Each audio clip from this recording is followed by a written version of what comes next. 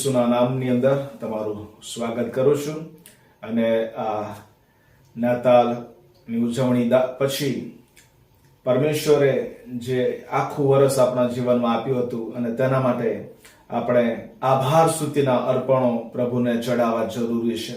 આખું વર્ષ પ્રભુએ જે આપણા જીવનમાં જે ઉપકારો કર્યા છે એ ઉપકારોને લઈને આપણે પ્રભુની સ્તુતિ કરતા શીખવાનું છે. અને કોલોસી 3 અને 15 બાઇબલ આપણને જણાવ્યો છે, અને ખ્રિસ્તની શાંતિ કે જે પામવા સારું તમે એક શરીર થવાને તેડાયેલા છો તે તમારા હૃદયોમાં રાજ કરે અને આભાર સ્તુતિ કરો. પરમેશ્વર ઈચ્છે છે કે તમે અને હું આભાર સ્તુતિ કરીએ. પરમેશ્વરે આપણને આભાર સ્તુતિને માટે રચ્યા છે અને એટલા માટે હું તમારું ધ્યાન આભાર સ્તુતિના આ વચનો તરફ લાવવા માંગુ છું. અલગ અલગ બાબતો આજે આપણે શીખવાના છે, મનન કરવાના છે કે આપણા જીવનમાં ઘણી બધી પ્રસંગો બને છે. જે રીતે અયુબના જીવનની અંદર ઘણા બધા બાબતો બની, તકલીફો આવી, દુઃખ આવ્યું, સમસ્યા આવી, પરંતુ એ બધાની અંદરથી તે પ્રભુની સ્તુતિ કરે છે. એટલે આપણે પણ સમસ્યાની ઉપરવટ જઈને પ્રભુનો આભાર માનતા શીખવાનું છે. અને એટલા માટે કોને આપણે આભાર સ્તુતિ કરવાની છે? તો પહેલી બાબત પ્રભુનું વચન આપણને શીખવે છે એફએસી 6 અને 2 પ્રમાણે આપણે આપણા માતા પિતાને માટે આભાર માનવાની જરૂર છે. જે પરમેશ્વરે તેઓને આપણા જીવનમાં આપ્યા છે. આપણા માતા પિતા જેમણે આપણો ઉછેર કર્યો, જેમણે આપણી કાળજી લીધી અને જેમણે આપણને આ પદવી સુધી, આ જગ્યા પર લઈને આવ્યા છે, તેના માટે પ્રથમ આપણે આપણા માતા પિતાનો આભાર માનવાનો છે કે જેમણે આપણા જીવનોમાં પોતાનું જીવન રેડી નાખ્યું છે. અને ત્યાર પછી બીજી બાબત, જેઓ આપણી મદદ કરે છે. 1 તિમોથી 2:1 અને 2 પ્રમાણે કે જેઓ આપણને મદદ કરે છે. એનો મતલબ કે આપણા જે અધિકારીઓ છે, જે આપણી ઉપર રાજ્ય કરે છે, આપણા નેતાઓ જે આપણી ઉપર રાજ્ય કરે છે, એ લોકોને માટે આપણે આભાર માનવાનો છે. કારણ કે પરમેશ્વરે તેના ઉદ્દેશ્યોને લઈને, તેના યોજનાઓને લઈને પરમેશ્વરે તેઓને આપણા ઉપર નિમ્યા છે. અને એટલા માટે તેઓના જીવનોને માટે આપણે આભાર સ્તુતિ માનવાની છે. તેઓના કાર્યોને માટે આપણે આભાર સ્તુતિ માનવાની છે. તેઓની જવાબદારીઓને માટે આપણે પ્રભુની સ્તુતિ કરવાની છે.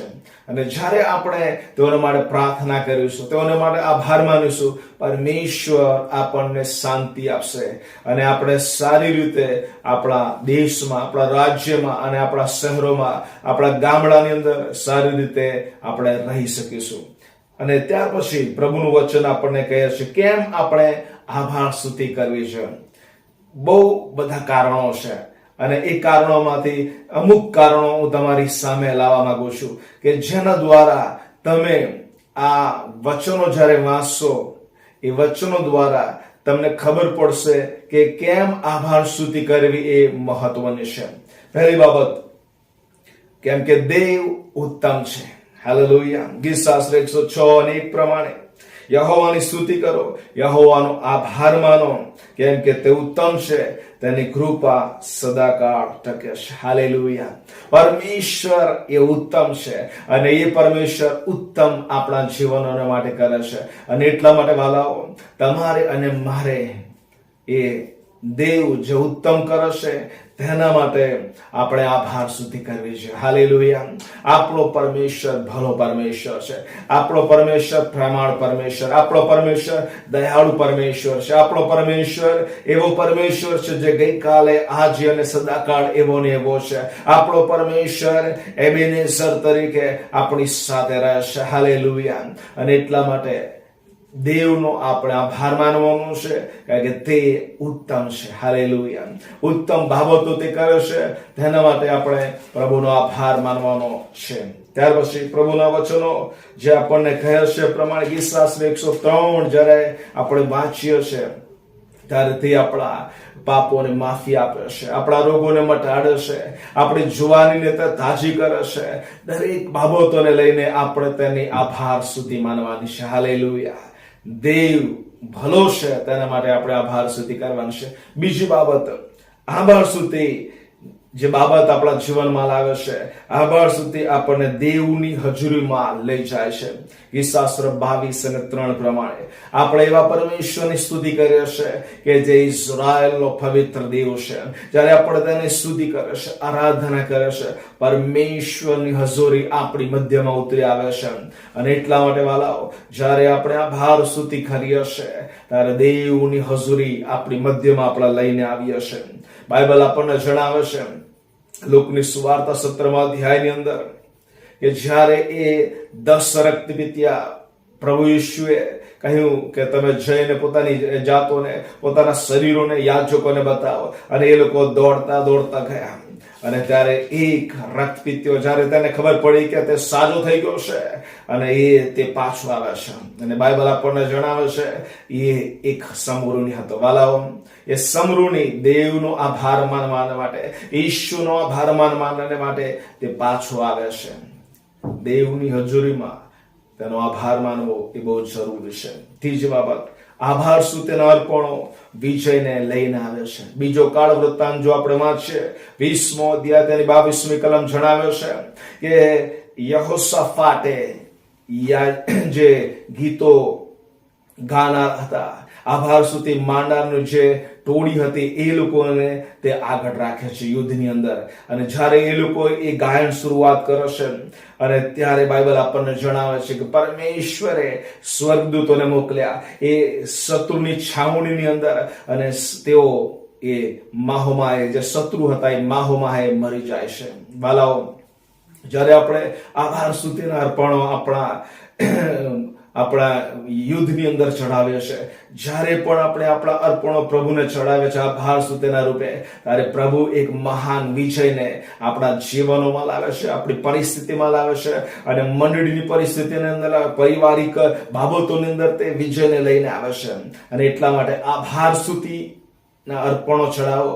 કચકચના અર્પણ નહીં, બડબડાટના અર્પણ નહીં, પરંતુ આભાર સ્તુતિના અર્પણ ચડાવો જે વિજયને લાવે છે. બાલાઓ, ત્યાર પછી આભાર સ્તુતિ બીજાને પ્રેરણા આપે છે. જ્યારે પણ આપણે આભાર સ્તુતિ કરીએ છીએ ત્યારે એ બીજાને ઉત્તેજન આપે છે. વાલાઓ, 1 શમૂએલ 16:23 પ્રમાણે કે જ્યારે દાઉદે વીણા વગાડી ત્યારે સાઉલની અંદર જે દુષ્ટ આત્મા હતો તે બહાર જતો રહેશે. વાલાઓ, પ્રભુ આપણને ઈચ્છે છે કે આપણે બીજાઓને માટે ઉત્તેજનનું કારણ બનીએ, આપણે બીજાઓને માટે આશીર્વાદરૂપ બનીએ તેવું પ્રભુ ઈચ્છે છે.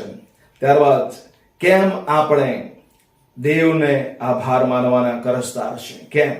કારણ કે પરમેશ્વરે આપણને તેનો એકાકી જનિત પુત્ર આ સંસારમાં આપી દીધો છે. હાલેલુયા! એવું દાન તેણે આપણી મધ્યમાં આપી દીધું છે જેનું વર્ણન આપણે કરી શકીએ. પ્રભુ ઈસુ ખ્રિસ્તને તેમણે આપણે માટે મોકલી દીધા. તેમનો એકનો એક પુત્ર પ્રભુ ઈસુ આપણા માટે આપી દીધો, અને એટલા માટે આપણે તેમના કરસદાર છે.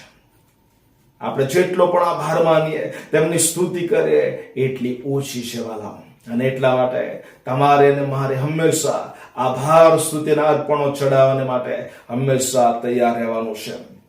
ત્યારબાદ આપણને પ્રભુએ જે ભોજન આપે છે, વાલાઓ, લાખો કરોડો લોકો એવા છે જે લોકોને 2 ટંકનું ભોજન પણ સારું મળતું નથી. પ્રભુનો આભાર માનો કે તમને પ્રભુએ સારું ભોજન તમારા જીવનોમાં આપ્યું છે. તમારા ઘરોની અંદર તમે 2 ટંકનું ભોજન ખાઈ શકો છો.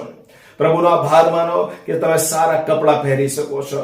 એ પાછલી જીવનનો, એટલે કે જ્યારે ઈશ્વરને આપણે ઓળખતા નહોતા એ સમયનો તમે વિચાર કરો કે જ્યારે આપણી પાસે પૈસા નહોતા, આપણી પાસે કપડા નહોતા, આપણી પાસે ભોજનની વ્યવસ્થા નહોતી, પરંતુ જ્યારે પ્રભુ ઈશ્વરને આપણે ઓળખી લીધો, તેમણે આપણને આ સગળા આશીર્વાદો આપ્યા છે. એટલા માટે દરેક વ્યવસ્થાને માટે, દરેક આશીર્વાદોને માટે આપણે પ્રભુની સ્તુતિ કરતા શીખે, પ્રભુનો આભાર માનતા શીખેવાલા.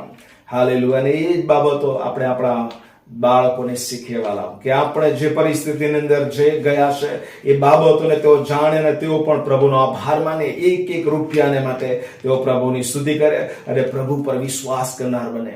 ત્યાર પછી દરરોજ આપણે વિજયને માટે આભાર માનવાનો છે. હાલેલુયા. શત્રુને તેણે હરાવી દીધો છે, પરિસ્થિતિને તેણે હરાવી દીધી છે. આપણે વિજયના મહોત્સવની અંદર આપણે ચાલી રહ્યા છે. જે વિજય પ્રભુ ઈશુએ આપણા માટે લીધો છે, એ વિજયની અંદર આપણે કૂચ કરી રહ્યા છે વાલો. હાલેલુયા. વિજય તો તેણે લઈ લીધો છે, માત્ર આપણે તેની સાથે ઉજવણી કરવાની છે, આભાર સ્તુતિના અર્પણો ચડવાના છે. હાલેલુયા. છેલ્લી બાબત તમને જણાવીને પૂરું કરીશ. શાને માટે આપણે આભાર સ્તુતિ કરવી છે? ખ્રિસ્ત આપણો ઉદ્ધારક છે તેના માટે. હાલેલુયા. પ્રભુ ઈશુના માટે. ત્યાર પછી દેવના લખેલા વચનોના માટે આપણે આભાર સ્તુતિ કરવાના છે. પવિત્ર આત્મા દેવ જેને આપણા માટે રેડી દેવામાં આવે છે, તેના માટે આપણે સ્તુતિ કરવાના છે. પ્રભુએ આપણને જે જમીન આપી છે, જે બિલ્ડિંગ આપી છે, પ્રભુએ જે આશીર્વાદ આપ્યો છે રહેવાના માટે, તેના માટે સ્તુતિ કરવાનું છે. પ્રભુએ આપણને શારીરિક રીતે તંદુરસ્ત રાખ્યા છે, તેના માટે આપણે તેની સ્તુતિ કરવાનું છે.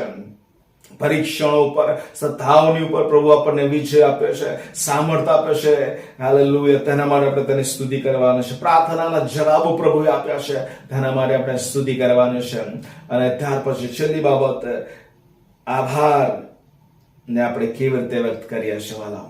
સ્તુતિ દ્વારા કરીએ છીએ. બાઇબલ આપણને જણાવે છે પ્રમાણે. ત્યાર પછી જે પ્રતિજ્ઞાઓ પ્રભુએ આપણે કરી છે, એ પ્રતિજ્ઞાઓને આપણે પૂરી કરીએ છીએ, તેના લીધે આપણે તેની આભાર વ્યક્ત કરીએ છીએ. ત્યાર પછી દેવની સાથે સંગતિ કરીને આભાર વ્યક્ત કરીએ છીએ. આરાધના કરીને પ્રેમ દ્વારા આપણે પ્રગટ કરીએ છીએ. અને ત્યાર પછી ક્યારે આપણે આભાર માનવો છે? દરેક સંજોગોમાં. 1 થેસલોનિકી 5:18 પ્રમાણે. અને દરેક બાબતોમાં પ્રભુ ઈચ્છે છે કે ગમે તેવી પરિસ્થિતિ તમારી કેમ ના હોય, પ્રભુનો આભાર માનો. દરેક સંજોગોમાં પ્રભુનો આભાર માનો, કારણ કે એ તમારા જીવનમાં વિજયને લાવે છે. હું આ તમને ઉત્તેજન આપવા માંગુ છું. નવા વર્ષને જ્યારે તમે પ્રવેશ કરનાર છો, એ નવા વર્ષ પહેલા તમે પ્રભુની હજુરીમાં બેસો અને માત્ર પ્રભુનો આભાર માનો કે પ્રભુએ જે ઉપકારો કર્યા છે, પ્રભુએ જે ભલાઈ કરી છે, પ્રભુની જે વિશ્વાસયોગ્યતા તમારા જીવનના માટે આટલા વર્ષો સુધી તે વિશ્વાસયોગ્ય રહ્યા, દરેક બાબતોના માટે પ્રભુનો તમે આભાર માનો. તમારા વ્યક્તિગત જીવનના માટે, તમારા પરિવારના માટે, તમારી સેવાઓને માટે, દરેક બાબતોને માટે પ્રભુનો તમે આભાર માનો. અને આભાર સુધી સ્વર્ગના દ્વાર ખોલી નાખે છે વાલાઓ. અને અદ્ભુત આશીર્વાદો તમારા જીવનમાં પ્રભુ લાવે છે. જે આભાર સુધી કરે છે, તે દેવનો મહિમા કરે છે. આજે પ્રભુ ઈચ્છે છે કે તમે અને હું જ્યારે આભાર માનીએ છીએ, દેવની સ્તુતિ કરીએ છીએ આભાર સ્તુતિ દ્વારા, ત્યારે દેવનો મહિમા તેનાથી પ્રગટ થાય છે. અને હું ચાહું છું, આવો આપણે એક સાથે દરેક બાબતોમાં, દરેક પ્રસંગોમાં, દરેક પરિસ્થિતિઓમાં આપણે પ્રભુનો આભાર માનીએ. મે ગોડ બ્લેસ યુ. પ્રભુ તમને આ વચનો દ્વારા આશીષ આપે.